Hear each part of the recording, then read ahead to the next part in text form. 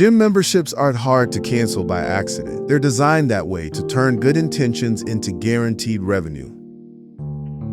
At some point, almost everyone has signed up for a gym membership with genuine motivation. New goals, fresh energy, a promise to become healthier. The sign-up process is quick, friendly, and smooth. But when motivation fades and you try to cancel, the experience suddenly changes. Forms appear, phone calls are required, staff push back, deadlines matter, fees emerge. This frustration is not poor customer service. It is a carefully engineered business strategy built around human behavior, predictable habits, and financial math. The core reason gym memberships are hard to cancel is that gyms do not make most of their money from people who show up regularly. They make money from people who pay but don't use the gym. This group is often called the inactive majority.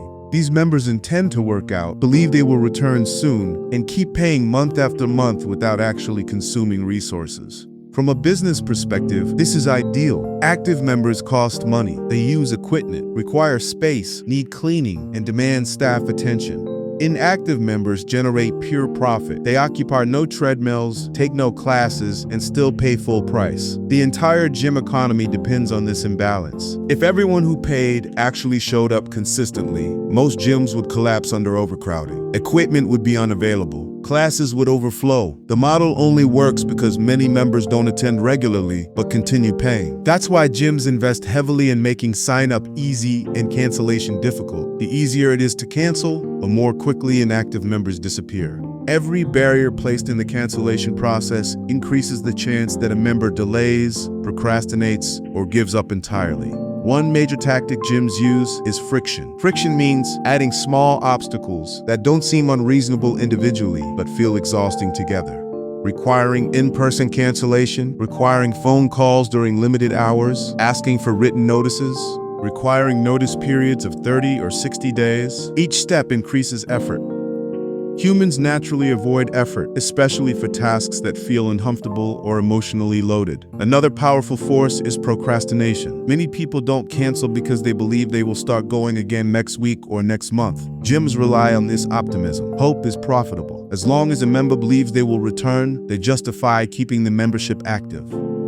Contracts are another tool. Many gym memberships lock customers into long-term agreements. These contracts are often signed quickly, buried in fine print, and rarely fully read. Early termination fees discourage cancellation by adding financial pain to the decision. Even when fees are small, they feel unfair and emotionally irritating, which causes people to delay action. Gyms also use timing strategically. Cancellation often cannot be processed immediately. Instead, it requires notice before a billing cycle. Miss the window and you're charged again. This creates accidental extra payments that many customers simply accept rather than fight. Social discomfort also plays a role. Canceling often requires speaking to a staff member whose job includes retention. These employees are trained to ask questions, offer alternatives, and subtly guilt customers. For some people, this interaction is more uncomfortable than continuing to pay. Avoiding awkward conversations becomes more valuable than saving money. There is also identity pressure. Joining a gym is tied to self-image. Canceling feels like admitting failure. People don't like closing the door on who they wanted to be. Gyms benefit from this emotional hesitation. As long as the membership exists, the dream stays alive. Automatic payments amplify the effect. Once a membership is linked to a card or bank account, money disappears quietly each month. Small recurrent charges feel less painful than large one-time expenses. This is called payment invisibility. The less noticeable the payment, the less urgency people feel to stop it. Gyms also rely on complexity. Policies are often confusing by design. Different membership tiers have different rules. Cancellation policies vary by location. Confusion increases cognitive load, which increases avoidance. When people feel uncertain, they delay action. Another reason cancellation is difficult is data retention. Gyms benefit from holding on to inactive members because reacquiring customers is expensive. Advertising, promotions, and sales staff cost money. Retaining a customer, even one who doesn't show up, is far cheaper than finding a new one. Retention metrics matter deeply in the fitness industry. Investors and corporate owners value stable recurring revenue. Predictable monthly payments increase valuation. Making cancellation easy would increase churn, making revenue less stable and less attractive to stakeholders. Even gym layouts reflect this strategy. Sales desks are visible and welcoming. Cancellation desks, if they exist, are often hidden or merged into customer service. The message is subtle but effective. Joining is exciting, leaving is inconvenient. Some gyms also use emotional incentives instead of barriers. They offer freezing memberships instead of canceling. This feels like a compromise, but it keeps the payment relationship alive. Many frozen memberships quietly reactivate after months of inactivity.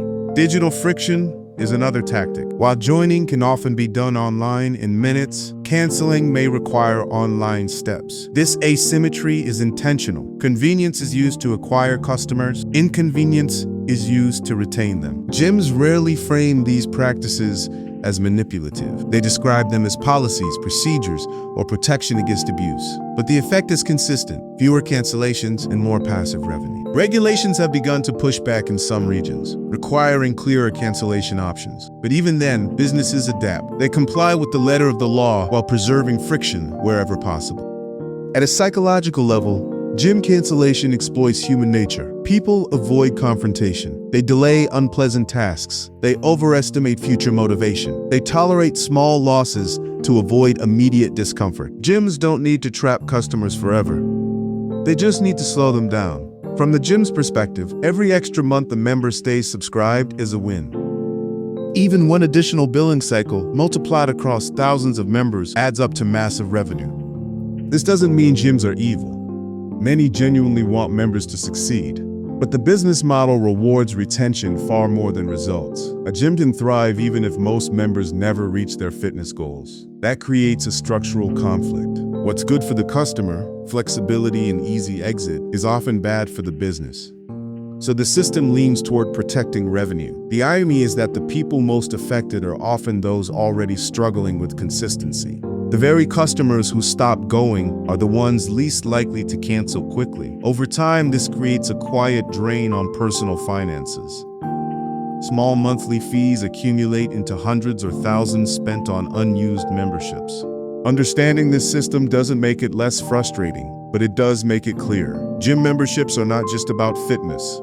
They are about behavioral economics, habit loops, and predictable human weaknesses. When cancellation feels hard, it's not because you're doing something wrong. It's because the system was built to make stopping harder than starting. The gym sells motivation up front, but it profits most from hesitation on the way out. That's why joining feels effortless and leaving feels like a workout of its own.